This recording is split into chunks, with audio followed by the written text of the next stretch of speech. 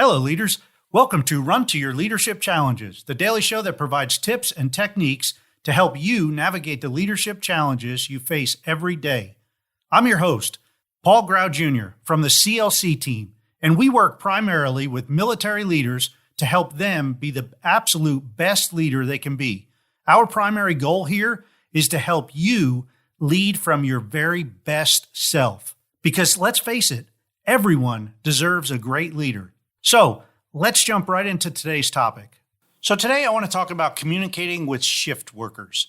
So I know that some of you, this may not necessarily apply to, but you never know. As a leader, you'll find yourself in situations at times where you may be working different shifts from your people, and you're going to have to communicate with them.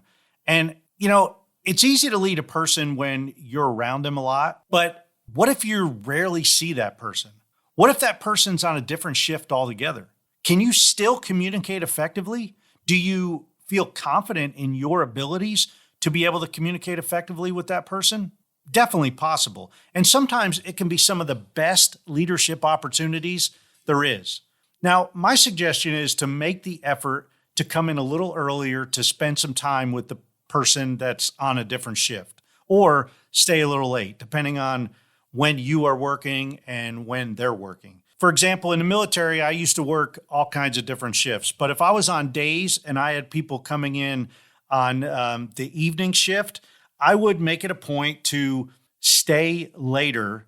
Even after stuff was done and I was able to leave, I would usually hang around. I would make the effort to hang around and talk to them, connect with them, find out what's going on in their lives, find out, how they're doing on the job, and just get a feel for where they're at. Because if you're not seeing your people, it's very difficult to get a feel for how they're doing as a person. And that's so important for leaders to stay in touch with that, to show them that you care about them.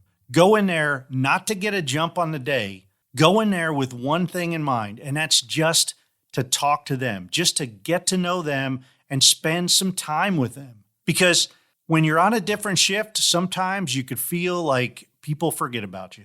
One thing that I saw in the military that wasn't all that great, and that is a lot of times leaders would get in the habit of making their people stay late or come in early so they could talk to them. And, I was never a big fan of this because, let's face it, who in their right mind wants to come in early when, just to talk or to get a feedback or something like that? Why shouldn't they be able to get their official feedback on their time? Now, I understand in the military, we were technically on the clock 24/7. We were technically never off the clock. However, to keep morale up and to show your people that you really care about them, again, go that extra mile and don't make them come in early so you could give them a feedback or so you could get to know them or just have a chat with them. You should be making the effort. The other tough thing that can come into play here is when you are leading multiple people that are on different shifts. So say, for example, you're on day shift. You have 2 or 3 people working the night shift or the graveyard shift, and you have a couple people working the evening shift. And what's a good time for all of you to meet? Because let's face it, somebody's going to have to come in when it's not their working time, especially if you want to meet everybody together. When you want the entire team that you're leading, you need them all there at the same time. So what's a good answer there? Now, I know if you're not in the military, you could sweeten the deal a little bit because you could say, well, we're going to pay you for this hour to come in. I know my daughters used to work at some food places, and whenever, they had 2 or 3 different shifts going on, and whenever the manager had to meet with everybody, they would have them come in at the craziest times, but usually like on a Friday evening, which I thought was absolutely crazy. That's a good way to tick everybody off, make them come in at Friday at 9:30 at night, right? But anyway, regardless, you're going to tick somebody off. So the best thing that I could say here is take advantage of technology. There's a couple of different options you can do. First of all, you can have a Zoom call or some other kind of video conference call to include the people that aren't on the clock. Hey, that's going to show them that you're willing to go out of your way and make it as convenient as possible for them. Another option that you might be willing to do is record the meeting so that the people who are not on the clock can hear everything that you're saying from your mouth, and they don't have to read notes that somebody else has taken or even your notes. They're going to hear you say the things that you're saying. And so if you can record it, not only are they going to hear what you're going to be saying, but they can hear the questions and answers that other people are getting. And remember, it's not about your convenience when you have people working on different shifts. Don't make it about you. Show them that you care about their personal time.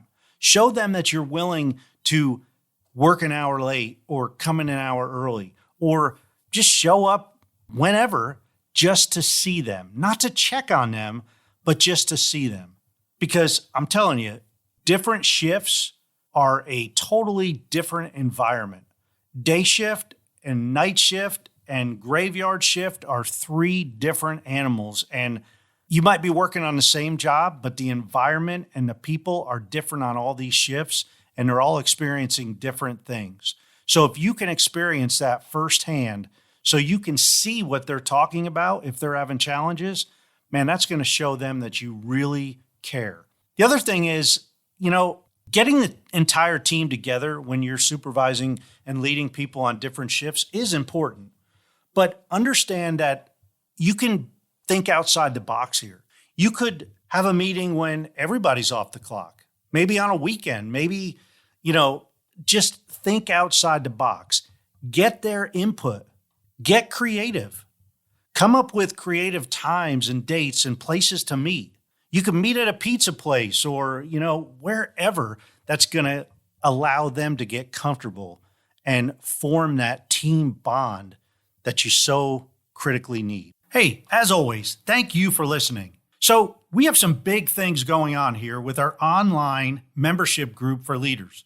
It's actually growing, and we're adding a new group specifically for military leaders. Now, we're still working out all the details and bonuses that will be included. But for now, please help us spread the word. This group will be a place where military leaders can learn new skills, refine older skills, and have deep discussions with like-minded leaders who actually get exactly where other military leaders are coming from. We're going to tap into everyone's expertise, and the group members will help bring out the very best in each other. So keep tuned in, and please be sure to let any military leader that you know about this group, and that will be up and running very, very soon. This is going to be different than any other leadership development group out there. So be ready and, man, get excited. Hey, that's it for today. And until tomorrow, run to your challenges.